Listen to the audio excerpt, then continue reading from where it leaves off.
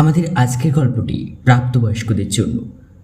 মদ্যপান, ধূমপান ও তামাকজাত দ্রব্য সেবন স্বাস্থ্যের পক্ষে ক্ষতিকারক। এই গল্পের সমস্ত চরিত্র ও ঘটনাবলী সম্পূর্ণ কাল্পনিক। বাস্তবের সঙ্গে কোনো মিল থেকে থাকলে সেটা সম্পূর্ণ অনিচ্ছাকৃত ও কাকতালীয়। সৌম্য সাসপেন্স চ্যানেল এর জন্য কোনো রকমভাবে দায়ী নয়।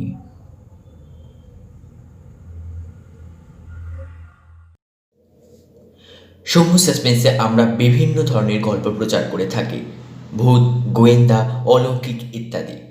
আমরা অনেক সময় দেখেছি সেখানে ব্ল্যাক ম্যাজিক, দেবদেবী, তন্ত্র, ঝাড়ফুঁক ইত্যাদির অনেক সময় উল্লেখ থাকে। গল্পের লেখক রোমাঞ্চকর আবহাওয়া বা প্লট তৈরির খাতিরে এগুলো ব্যবহার করে থাকে, কোনো রকম কুসংস্কার বা অযৌক্তিক ভীতিকে প্রশ্রয় দেওয়ার জন্য নয়। আমরা আশা করব সৌম্য সাসপেন্সের শ্রোতারাও সংস্কার মুক্ত হয়ে খোলা মনে গল্প শোনার আনন্দে এই গল্পগুলি গ্রহণ করবে। সৌম্য সাসপেন্সের প্রধান উদ্দেশ্য শ্রোতাদের বিনোদন, কোনো রকম ধর্মীয় সম্প্রদায় বা ব্যক্তিগত ধর্মীয় বিশ্বাসকে আঘাত করা নয়। আমরা আশা করব সৌম্য সাসপেন্সের শ্রোতারাও নিছক গল্প শোনার আনন্দে এই গল্পটি গ্রহণ করবে।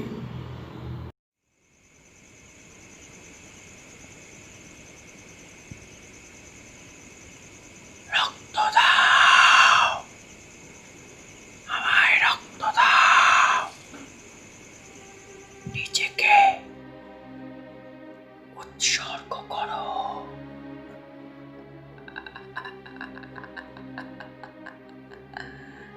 নিজেকে উৎসর্গ করো। নিজেকে উৎসর্গ করো।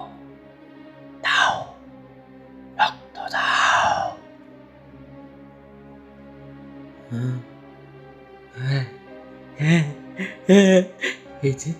এই যে রক্ত দিলাম, রক্ত দিলাম, এসে আমি নিজেকে উৎসর্গ করলাম। আমি নিজেকে উৎসর্গ করলাম।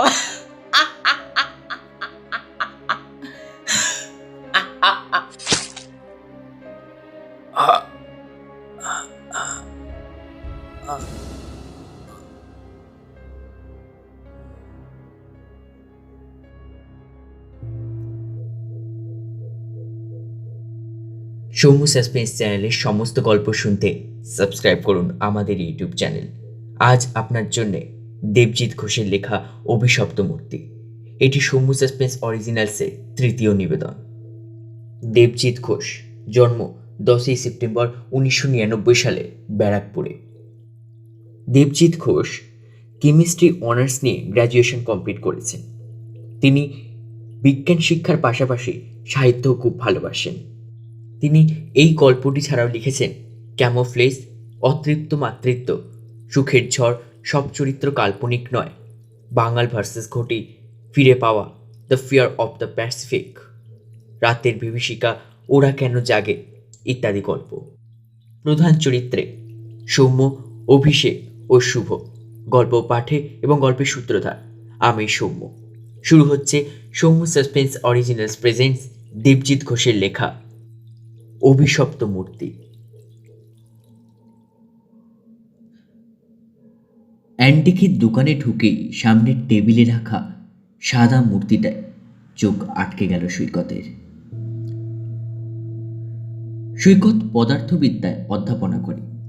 শিক্ষকতা ও গবেষণার পাশাপাশি দেশ বিদেশের পুরনো জিনিস দিয়ে ঘর সাজানো তার একটা বড় নেশা।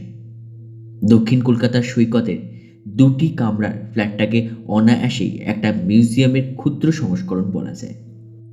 বৈঠকখানা থেকে শয়নকক্ষ সর্বত্রই বড় বড় শোকেসে সজ্জিত রয়েছে অপূর্ব সব অ্যান্টিক জিনিস। সেগুলোর মধ্যে বেশ কিছু অনেক দামি এবং দুষ্প্রাপ্য। হাতির দাঁতের ফুলদানি, 200 বছরের পুরনো রাজকীয় পোশাক ও অস্ত্রশস্ত্র, ব্রিটিশ আমলের তৈরি কাষ্ঠ নির্মিত দাবা, খেলার বোর্ড, ছাইদানি, নবাবী আমলের তামাক পাত্র, ঝাড়বাতি ইত্যাদি তো আছে। তার সাথে আছে দেশি বিদেশি অসংখ্য মূর্তি ও শোপিস। হাজার হাজার অর্থ ব্যয় বিদেশ থেকেও আসে বিভিন্ন সামগ্রী। কিছু কিছু জিনিসের জন্য সৈকতকে রীতিমতন নিলাম পর্যন্ত লড়তে হয়েছে। কিন্তু এই অ্যান্টিকের ব্যাপারে সে একটু কার্পণ্য বা আপোষ বরদাস্ত করে না। কোনো জিনিস তার একবার পছন্দ হলে সেটাকে যে কোনো মূল্যে হস্তগত করবেই সে। কেনাকাটা ছাড়াও এইসব জিনিস দেখতেও সৈকতের খুব ভালো লাগে। সে মনে করে সমস্ত প্রাচীন জিনিসের সাথে কিছু না কিছু ইতিহাস জড়িয়ে থাকে। প্রত্যেকটা জিনিসের সেই সব রক্তক্ষয়ী অথবা সুখময় ইতিহাস অনুভব করতে চায় সৈকত, আর সেগুলো উপলব্ধি করে রোমাঞ্চিত হয় তার সারা শরীর। সেই সূত্রেই এই অ্যান্টিকের দোকানে তার নিত্য যাতায়াত। সপ্তাহান্তে একদিন হলেও সে ঢু মারে এই দোকানে। দোকানের মালিক আদিদেব ঝুনঝুনওয়ালা তার সমবয়সী। ওর সাথে তার বন্ধুত্ব খুব। কোনো ইউনিক অ্যান্টিক পিস এলেই আদিবাবু সৈকতকে খবর দেন। সব কাজ ফেলে সৈকত ছুটে আসে দোকানে। পছন্দ হলে কিনে নেয়, আর না হলে একটু গল্পগুজব করে বাড়ি ফেরে। সেদিন কলেজ থেকে বাড়ি ফেরার পথে সৈকত চলে আসে এই অ্যান্টিকের দোকানে, যদি কোনো ভালো জিনিস এসে থাকে। ওর ভাবনায় সত্যি হলো। মূর্তিটাকে দেখে পুরো তাজ্জব হয়ে যায়। এমন জিনিস আগে কখনো দেখেনি ও। কি অদ্ভুত দেখতে মূর্তিটা। অদ্ভুত এই কারণেই যে মূর্তিটা কোনো স্বাভাবিক দেবদেবী, পশু পাখি বা মানুষের নয়। হাত দেড়েক মূর্তিটা যে ঠিক কিসের তা বোঝা যাচ্ছে না। কোনো প্রাচীন অজানা দেবতা হবে হয়তো। তবে মূর্তিটির সবচেয়ে আশ্চর্য বিষয় হলো সেটার গঠন উপাদান। সাধারণ কোনো ধাতু, পাথর বা কাঠ নয়, অন্য কিছু। অনেকটা যেন কোনো প্রাণীর অস্থি দ্বারা নির্মিত এটি। কিন্তু কোন প্রাণীর তা এভাবে খালি চোখে বোঝা মুশকিল। মূর্তিটার প্রতি এক তীব্র আকর্ষণ অনুভব করতে থাকে সৈকত। ওটা ওর চাই। ওকে দেখে দোকানের মালিক হাসি মুখে এগিয়ে এসে মূর্তিটাকে উদ্দেশ্য করে বাংলা হিন্দি মিশিয়ে বলে, अरे शौकत बाबू जी, ये मूर्ति आने के बाद सबसे पहले आपका ही याद आए थे मुझे। और लेकिन सोचते सोचते आप भी ऐसे गेलेन। What a coincidence. তা নিবেন নাকি? হুম হুম নেব তো বটেই। খুব পছন্দ হয়েছে এটা আমার। তা আদিবাবু, এই অদ্ভুত মূর্তি পেলেন কোথায়? আরে ও भी ताज्जुब की बात। কি হয়েছিল শুনে। আজ সুভাষ সবে দোকানটা খুলিয়েছি। এক সাধু আসে, পুরা লাল কাপড়ে ঢাকা। ও আমাকে এই মূর্তি দিল। আমি সেটা ভালো করে দেখে যেই মুখ তুলেছি, দেখি ও সাধু সামনে নাই, বিলকুল ভ্যানিস। विश्वास করবেন না সৈকত বাবু, 2 সেকেন্ড 2 সেকেন্ড মে বিলকুল গায়েব। ও বাবা, এ তো রীতিমতো আশ্চর্যের ব্যাপার। এক সাধু নিজে আপনাকে এটা দিয়ে গেছে, তাহলে কোনো দেবদেবীর মূর্তি হবে নিশ্চয়ই। কিন্তু খটকা লাগছে, যে কোনো টাকা নিল না কেন? তা সে যাই হোক, আম, আপনি কত নেবেন? কি বলি বলুন, আপ যা ভালো বোঝেন দেন। মূর্তিটা কিনে বাড়ি ফিরে সৈকত বাবা মাকে দেখায়। ওনারাও খুব প্রশংসা করে মূর্তিটা। মূর্তিটা সৈকতের এতটাই পছন্দ হয়েছে যে সে ওটাকে তার শোয়ার ঘরের টেবিলের উপর এমনভাবে সাজিয়ে রাখে যে বিছানায় শুলে যেন সেটা ও দেখতে পায়। এতদিন এত জিনিস কিনেছে, কিন্তু এই মূর্তিটার মতো আকর্ষণ অনুভব সে কিছুতে করেনি। এটা কি নিতান্তই সৈকতের নতুন জিনিসের প্রতি ভালো লাগা, নাকি এর পিছনেও কোনো গূঢ় রহস্য রয়েছে? তখন মাঝরাত। এ কোথায় এসে পড়েছে সৈকত? না, এই তো তার ঘরের নরম বিছানা নয়। সে এক পাহাড়ি গুহায় বসে আছে। তার থেকে কিছুটা দূরে আগুন জ্বলছে। এক জটাধারী সাধক যজ্ঞ করছেন। পাশে আরও একজন হাত জোর করে বসে আছে। আরে, সাধুর সামনে ওটা কি? আজকের কিনে আনা মূর্তিটা না? নাকি ওটার মতোই হুবহু দেখতে অন্য একটা মূর্তি? সৈকতকে কিন্তু কেউই লক্ষ্য করছে না, তাদের ক্রিয়াকলাপের নীরব দর্শক সে। একটু পরেই সেই সাধু উঠে দাঁড়ালেন, তার হাতে একটা চকচকে ধারালো খাড়া। কি করবেন উনি? এ কি, পাশে বসে থাকা লোকটাকে টেনে তুলে বসিয়ে দিলেন হাঁড়ি কাঠে। ধীরে ধীরে খাড়াটা উপরে তুললেন, একটা তীব্র আর্তনাদ বেরিয়ে এলো লোকটার গলা দিয়ে। তারপর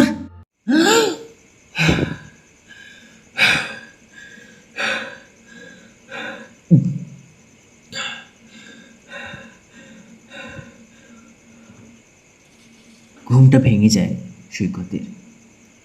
সারা শরীর ঘামে ভিজে গেছে ওর। সে তাহলে ঘুমের মধ্যে দুঃস্বপ্ন দেখছিল এতক্ষণ? কি ভয়াবহ কাণ্ড! কিন্তু স্বপ্নে যে মূর্তিটা দেখল সেটা কি তারটাই? কি মনে হতে সামনের টেবিলের দিকে তাকালো সৈকত, আর তাকাতেই চমকে উঠল।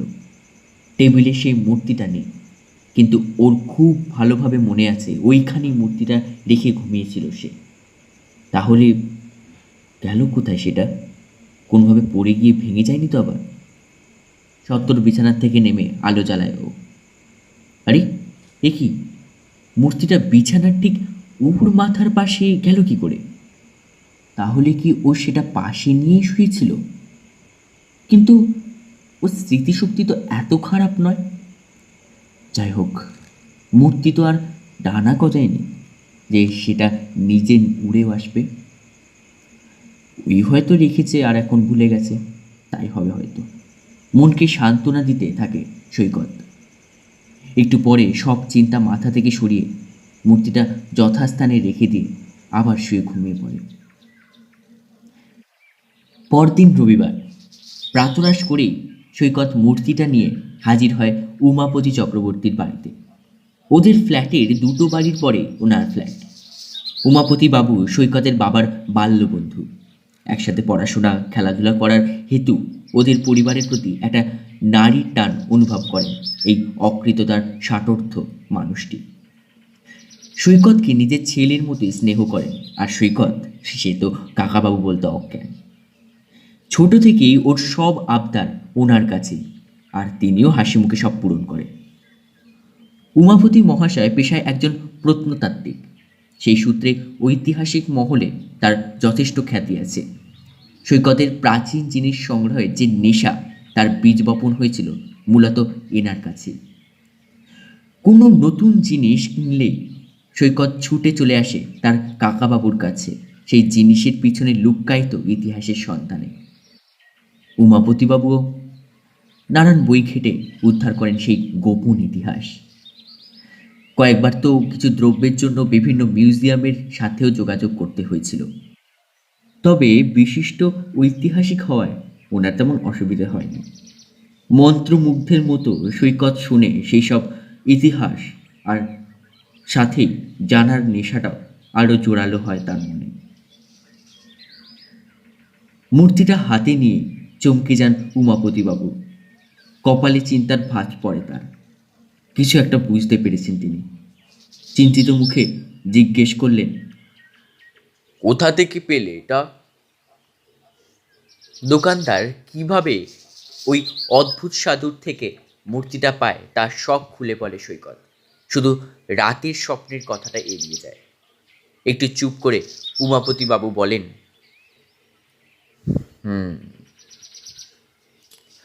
সৈকত, এই মূর্তিটি আহ, এক তিব্বতী দেবতার।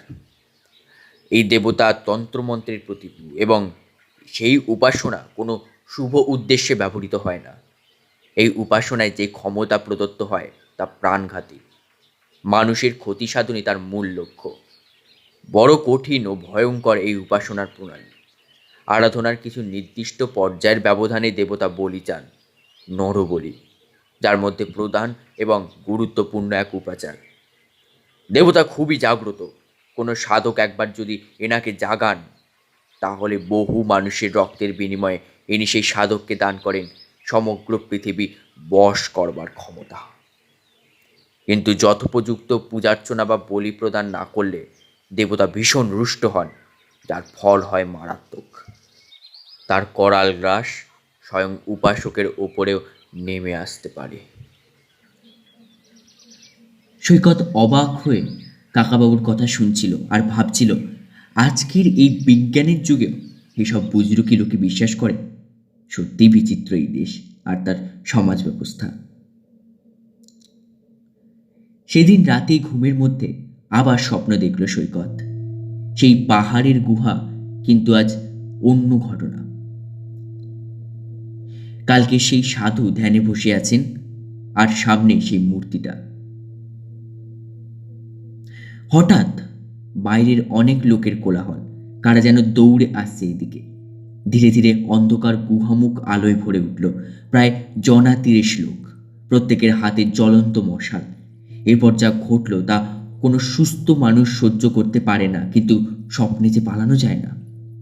নীরব দর্শক সৈকত দেখল তারা কোনো এক তরল ছিটিয়ে দিচ্ছে গুহার চারিদিকে, এমনকি সাধুর শরীরেও। তাদের রুদ্রমূর্তি দেখে সাধু থরথর করে কাঁপছেন, তার চোখ থেকে আতঙ্ক ঠিকরে বেরোচ্ছে। এরপর তারা তাদের মশালগুলো ছুড়ে দিতে থাকে গুহার চারিদিকে। দাউ দাউ করে জ্বলে ওঠে আগুন। মুহূর্তের মধ্যে পুড়তে শুরু করে গুহা মধ্যস্থ সকল দ্রব্যাদি। আগুনের লেলিহান শিখা সাধুর দেহকে মুক্তি দেয় না। যন্ত্রণায় তীব্র আর্তনাদ করতে থাকেন তিনি। আক্রমণকারী দল এই ধ্বংসলীলা দেখে আনন্দে চিৎকার করে ওঠে। হঠাৎ ওই সাধু উঠে বসেন, জ্বলন্ত দুহাতে ওই সাদা মূর্তিটা তুলে ধরেন। বিড়বিড় করে শুরু করেন এক দুর্বোধ্য মদ্যপান। ধীরে ধীরে তার চোখ দুটো জ্বলে ওঠে। আতঙ্কের জায়গায় সেখানে জন্ম নেয় এক তীব্র ক্রোধ। আস্তে আস্তে অন্ধকার নেমে আসে চারিদিকে। ঘুম ভেঙে যায় সৈকতের। পরদিন সকালে ঘুম থেকে উঠে নিজেকে খুব দুর্বল লাগলো সৈকতে। দ্রুত পোশাক বদলে ছুটে গেল কাকাবাবুর কাছে। তার এরকম উদ্ভ্রান্তের মতো চেহারা দেখে উমাপতিবাবুও ভয় পেয়ে গেলেন। বড্ড ফ্যাকাশে লাগছে তাকে। কি হয়েছে জিজ্ঞেস করায় সৈকত তার 2 রাতের অদ্ভুত স্বপ্নের কথা খুলে বলল ওনাকে। শুনে উনি বড্ড চিন্তিতভাবে বললেন, আমি যা সন্দেহ করেছিলাম তাই সত্যি হলো। ওই মূর্তি অভিশপ্ত, এবং তোমার পিছনে একবার পড়েছে যখন, তোমার ক্ষতি না ঘটানো অব্দিও থামবে না। আমাকে তুমি ঠিক 2 দিন সময় দাও, আমি এই মূর্তির ইতিহাস জানার চেষ্টা করছি। কিন্তু এই মূর্তি তুমি নিজের কাছে রেখো না, কখন কি বিপদ হয় বলা যায় না। কাকাবাবুর কথা কখনো অমান্য করে না সৈকত। তাই খুব অনিচ্ছা সত্ত্বেও অ্যান্টিকের দোকানে মূর্তিটা ফেরত দিয়ে আসেও। খুব মন খারাপ হয়ে যায়। এত পছন্দের মূর্তিটা কিনা শেষ পর্যন্ত ফেরত দিয়ে আসতে হলো। শরীরটা দুর্বল হওয়ায় সেদিন তাড়াতাড়ি শুয়ে পড়ে ও। মাঝরাতে কিসের একটা আওয়াজে ঘুমটা ভেঙে যায় হঠাৎই। কেউ যেন ওকে ডাকছে। চোখটা ভালো করে মুছে সামনের দিকে তাকায় ও।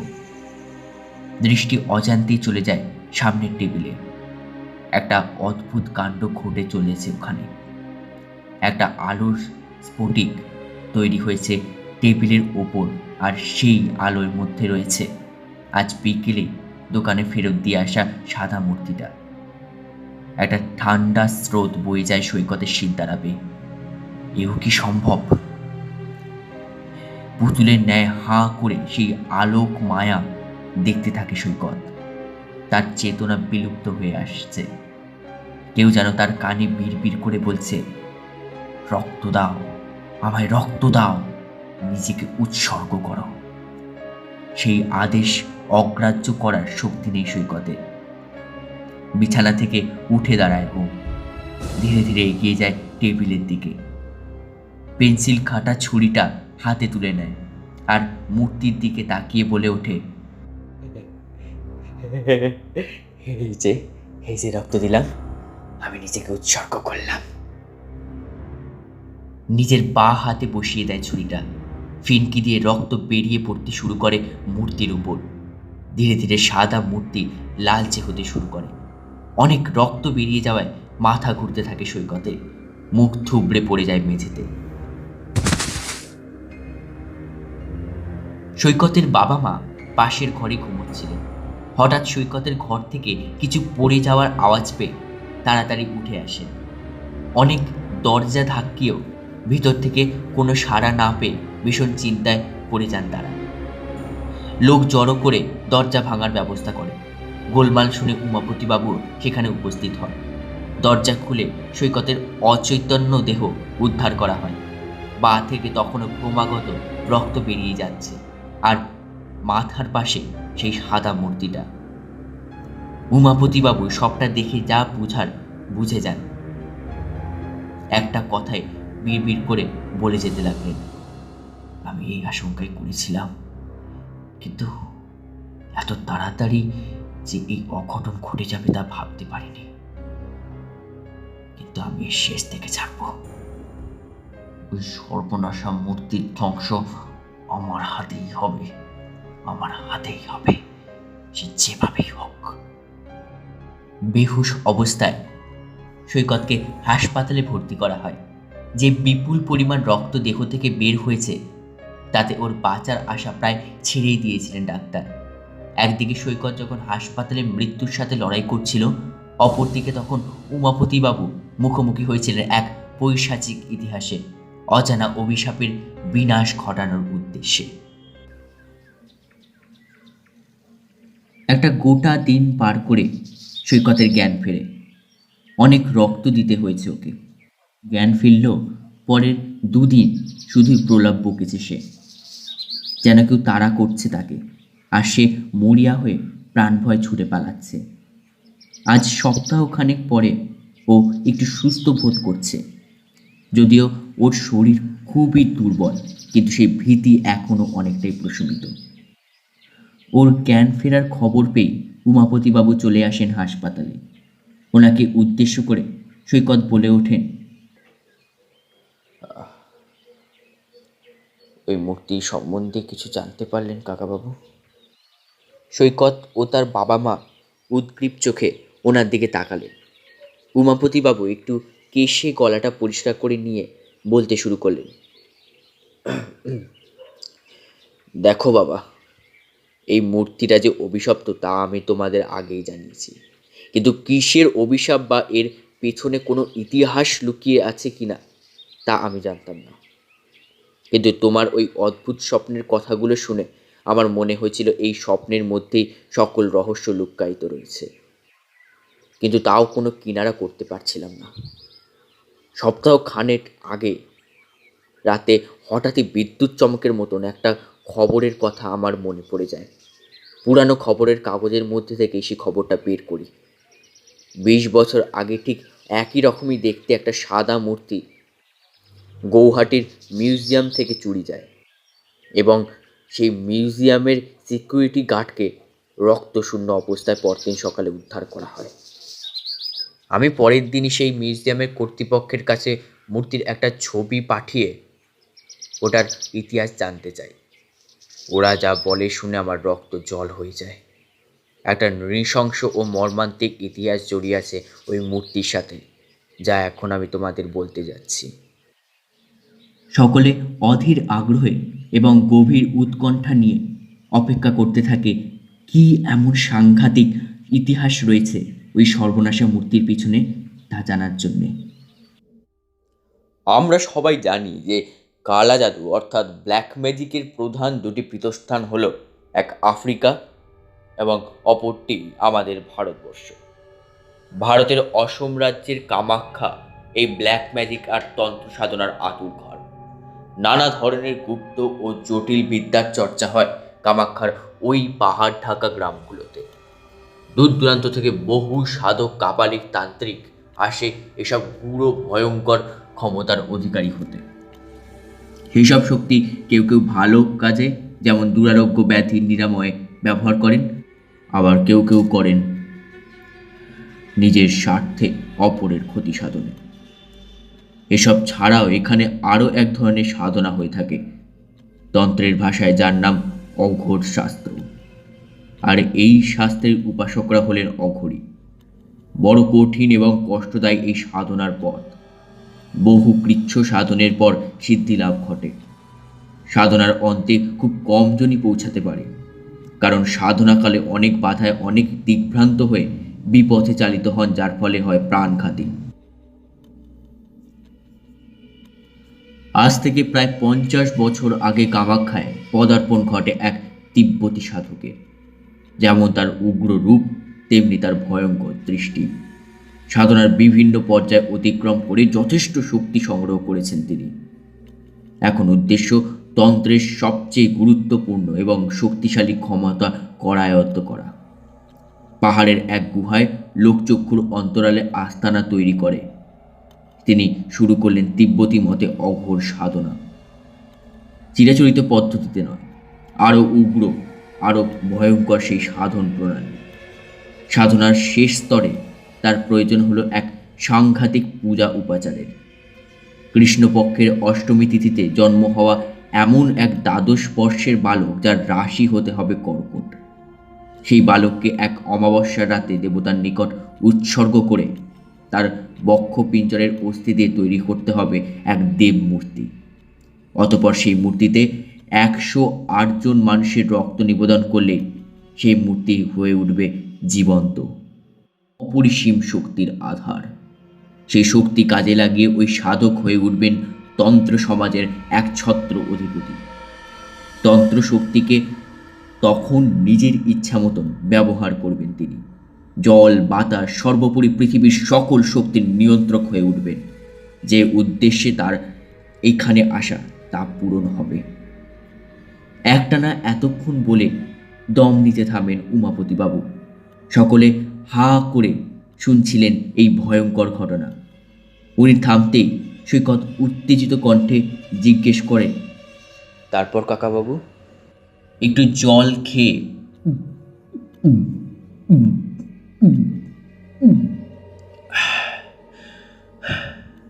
আবার শুরু করেন তিনি। এদিকে অঘোর সাধনা হলো মহাকাল সাধনা। সেখানে একরকম নৃশংসতা দণ্ডনীয় অপরাধ। কিন্তু ক্ষমতার লোভে অন্ধ হয়ে সাধক হিতাহিতজ্ঞান হারিয়ে ফেললেন, আর যা তাকে টেনে নিয়ে গেল পাপের অন্ধকারে। এতদিনের তপস্যার গুণে তিনি পাহাড়ের নিচের গ্রাম থেকে খুঁজে বের করলেন সাধপনযুক্ত দ্বাদশ বর্ষী এক বালককে।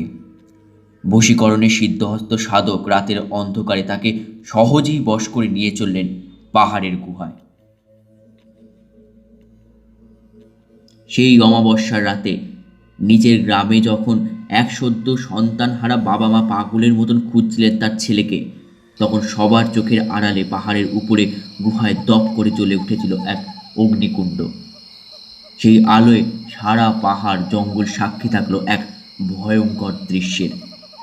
বাঘছালের উপর বসে সাধক দুর্বোধ্য ভাষায় একটা মন্ত্র আওড়ে চলেছেন এবং সামনের অগ্নিকুণ্ডে ছুঁড়ে মারছেন সিঁদুর মাখানো কিছু পাহাড়ি ফুল ও পাতা। পাশে পড়ে আছে সেই বালকটির অচৈতন্য দেহ। মধ্যরাতে উপস্থিত হয় সেই চরম মুহূর্ত। ধীরে ধীরে উঠে দাঁড়ান সাধক। অচৈতন্য বালকটিকে জ্ঞান ফিরিয়ে কপালে সিঁদুরের ফোঁটা লাগিয়ে বসিয়ে দেন হাঁড়ি কাঠে। হাতে তুলে নেন খড়গ। যজ্ঞের আগুনের আলোয় ঝিলিক দিয়ে ওঠে শানিত ধাতব অস্ত্রটি। শেষবারের মতন একটা আর্তনাদ বের হয় সেই বালকের গলা দিয়ে।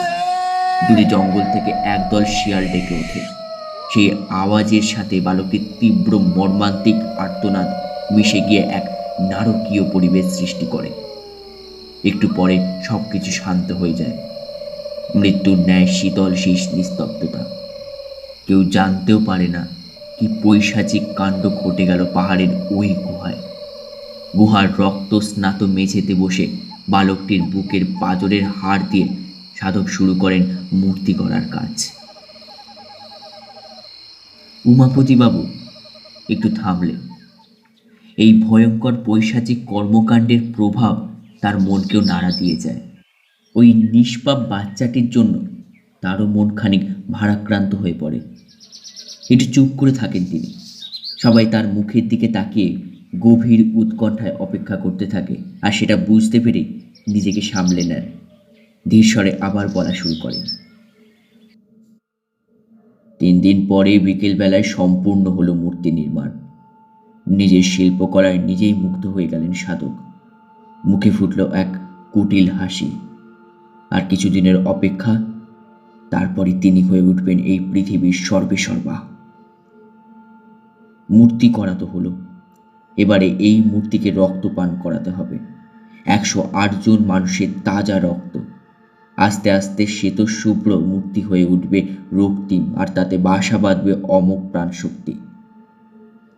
কিন্তু একসাথে এত মানুষ তিনি পাবেন কোথায়? আর তাছাড়াই হঠাৎ এত মানুষ একসাথে গায়েব হয়ে গেলে চারিদিকে শোরগোল পড়ে যাবে যে। তিনি ভাবতে লাগলেন, যাতে নির্ঝঞ্ঝাটে তার কার্যসিদ্ধি হয়, এক ধূর্ত পরিকল্পনা ধীরে ধীরে তার মাথায় জমাট বাঁধতে শুরু করলো। সাধক নিজের পরিকল্পনা অনুযায়ী পাহাড়ের নিচে গ্রামে গিয়ে সাধারণ মানুষদের ভুল বোঝাতে শুরু করলেন। গ্রাম্য সরল মানুষেরা তার কথায় ও অদ্ভুত ক্ষমতা দেখে তাকে সহজেই বিশ্বাস করে ফেলল। তারা বুঝল যে তাদের গ্রামে শয়তানের কুদৃষ্টি পড়েছে। অবিলম্বে শুদ্ধিকরণ না হলে সকলের মৃত্যু অনিবার্য। তাই প্রতি শনিবার রাতে একজন করে গ্রামবাসীকে সেই সাধু বাবার গুহায় গিয়ে নিজেকে শুদ্ধ করে আসতে হবে, আর একমাত্র তাহলেই তাদের গ্রাম রক্ষা পাবে। কিন্তু তারা তো আর জানলেন না যে আসল শয়তান এই সাধক, আর তারা ভুল বুঝে ওনার ফাঁদে পা দিলেন। ফলে যা হওয়ার তাই হলো। প্রতি শনিবার একজন করে গ্রামবাসীকে সাধক বলি দিয়ে তার রক্ত উৎসর্গ করতে থাকেন ওই মারণ মূর্তিতে। গ্রামের লোকেরা জানল, যারা মারা যাচ্ছেন তাদের পাপ এতটাই বেশি যে তারা পৃথিবীতে বাস করার অধিকার হারিয়েছেন, আর তাই তাদের মৃত্যু হয়েছে। এইভাবে বেশ কিছুদিন চলল এই নারকীয় মৃত্যু খেলা। গ্রামের লোক যখন প্রাণ ভয় তটস্থ, কারণ তারা জানে যে একবার সাধুর গুহায় যায় সে আর ফেরে না। পরের দিন গ্রামের সীমানায় পড়ে থাকে তার রক্তশূন্য মৃতদেহ। কিন্তু দেওয়ালে পিঠ ঠেকে গেলে সবাই ঘুরে দাঁড়ায়। একটা শেষ চেষ্টা তারাও করল। ধীরে ধীরে তাদের মনে সন্দেহের কালো মেঘ ঘনিয়ে ওঠে। তাদের মধ্যে কেউই কি পাপ থেকে বিরত নয়? কেউ কি বাঁচতে পারবে না? এ কিভাবে হতে পারে? এক শনিবার যার পালা, চুপি চুপি তার পিছু নেয় গ্রামের কয়েকজন যুবক। গুহার বাইরে তারা লুকিয়ে সাধুর সমস্ত কার্যপ্রণালী দেখে এসে গ্রামে জানিয়ে দেয়। সকল গ্রামবাসী মাথায় আগুন জ্বলে ওঠে। তাদেরকে এইভাবে ঠকিয়ে বলি দিয়ে নিজের স্বার্থ সিদ্ধি করছে ওই ভণ্ড সাধক, এর প্রতিশোধ তারা নেবেই। সেই রাতে সকল গ্রামবাসী একত্রে মশাল আর কেরোসিন নিয়ে চড়া হয় ওই সাধুর আস্তানায়। পুজো পাঠ সেরে তিনি সবই বিশ্রামের তোড়জোড় করছিলেন। ফলে এই আচমকা আক্রমণে তিনি কোনরূপ বাধা দিতে পারলেন না। সারা গুহায় ও সাধুর দেহে কেরোসিন ঢেলে তারা আগুন জ্বালিয়ে দেয়। দাউ দাউ করে জ্বলে ওঠে সবকিছু। নিজের অন্তিমকাল উপস্থিত বুঝে সাধক সেই মূর্তিটা তুলে নেয় দুহাতে। ধীরে ধীরে তার চোখে আতঙ্কের জায়গায় জন্ম নিল হিংস্রতা। ঠোঁটে ফুটে উঠল এক কুটিল হাসি। জ্বলন্ত দেহে বিড়বিড় করে একটা মন্ত্র পাঠ করতে থাকেন তিনি। আশ্চর্যজনকভাবে সব কিছু পুড়ে ছাই হয়ে গেল, ওই মূর্তিটা বেঁচে যায়। মূর্তিটা তো মানুষের অস্থি দিয়ে তৈরি করা হয়েছিল, তাহলে সেটা পুড়ল না কেন? বিস্ফারিত নেত্রে জিজ্ঞাসা করেন সৈকতের বাবা। আমার যা অনুমান তা হলো, মৃত্যু নিশ্চিত জেনে সেই সাধক নিজেকে ওই মূর্তিতে উৎসর্গ করেন। এতে তার মৃত্যুর পর তার অতৃপ্ত আত্মা বন্দী হয়ে যায় ওই মূর্তিতে। মূর্তি হয়ে ওঠে অভিশপ্ত, যার কাছে যাবে তার রক্ত পান করবে। মূর্তির ভিতরে থাকা সাধকের আত্মা। সাধকের বাসনা মতে 108 জনের রক্ত পান করার পর তার আত্মা হয়ে উঠবে প্রবল শক্তিশালী। বেঁচে থাকতে যে কাজ অসম্পূর্ণ ছিল, মূর্তির ভিতরে প্রেতরূপে তা শেষ করবে সে। এই 50 বছরে না জানি কত লোকের রক্ত পান করেছে ওই অভিশপ্ত মূর্তি। এতটা বলে থামলেন উমাপতিবাবু। সৈকত জিজ্ঞাসা করল, আচ্ছা, মূর্তিটা শেষ পর্যন্ত কি হলো? ওই অভিশপ্ত রক্তপিপাসু মূর্তি আর নেই সৈকত। আমি ওটাকে নষ্ট করে দিয়েছি, যদিও তার জন্য যথেষ্ট বেশ বেগ পেতে হয়েছে আমাকে। মূর্তিটা এমন অলৌকিক ক্ষমতা ছিল যে সেটা অস্থি নির্মিত হলেও দাহ্য নয়। আমি আগুনে পুড়িয়ে দেখেছি, ঘন্টার পর ঘন্টা গনগনে আগুনের আছে, কি আশ্চর্যজনকভাবে অবিকৃত ছিল এটা। এদিকে গঙ্গায় ভাসিয়ে দেওয়া বা মাটি চাপা দেওয়াতেও ভয় ছিল একটা, এসবে ওটা বিনষ্ট হবে না। ভবিষ্যতে কে বলতে পারে ওই সর্বনাশা মূর্তি অন্য কারোর হাতে গিয়ে তার ক্ষতি সাধন করবে না। একটু থামলেন উমাপতিবাবু। তাহলে কি করবেন কাকাবাবু? জিজ্ঞেস করে সৈকত। অ্যাকুয়ারেজিয়া, যাকে চলতি কথায় বলে অম্লরাজ, শেষ চেষ্টা করে দেখতে চাইলাম একবার। সমস্ত ধাতু দ্রবীভূত করার আশ্চর্য ক্ষমতাধারী এই রাসায়নিক তরল পারে কিনা এই মূর্তির বিনাশ করতে। আমার পরিচিত এক বন্ধুর বাড়িতে ল্যাবরেটরিতে আছে। মূর্তির সাথে নিয়ে দুরু দুরু বুকে সোজা চলে গেলাম তার বাড়ি। একটা বিশাল পাত্রে অ্যাকুয়ারেজিয়া তৈরি করে তার মধ্যে মূর্তিটা দিতেই একটা বিশাল বিস্ফোরণের শব্দে কানে তালা লেগে যাওয়ার জোগাড় হলো। মূর্তির ভিতরে যে শক্তি ছিল সেটা এত তীব্র পরিমাণে তাপ উৎপন্ন করে যার হেতু এই বিস্ফোরণ। সারা ঘর ধোঁয়ায় ভরে গিয়ে চোখে অন্ধকার দেখতে লাগলাম কিছুক্ষণ। পরিস্থিতি কিছুটা স্বাভাবিক হতে দেখলাম বোরোসিলের পাত্রটা ফেটে চৌচির। কিন্তু সুখের বিষয় হচ্ছে মাটিতে পড়ে যাওয়া অ্যাকুয়ারেজিয়ায় মূর্তিটা ধীরে ধীরে করে যাচ্ছে, আর একটা নীলচে সবুজ বাষ্প ঘরটাতে ভরিয়ে তুলছে। বিজ্ঞানী বন্ধুটির মতে এরকম ঘটনা অতি বিরল। আমি আর ওনাকে বেশি কিছু জানালাম না, একমাত্র এইভাবে ওটাকে ধ্বংস করা যেত। আমি সামনের মাসেই গয়ায় গিয়ে সাধক এবং যারা ওই মূর্তির জন্য প্রাণ হারিয়েছেন সকলের পিণ্ডদান করে আসব। আশা করছি আর কোনো গোলমাল হবে না।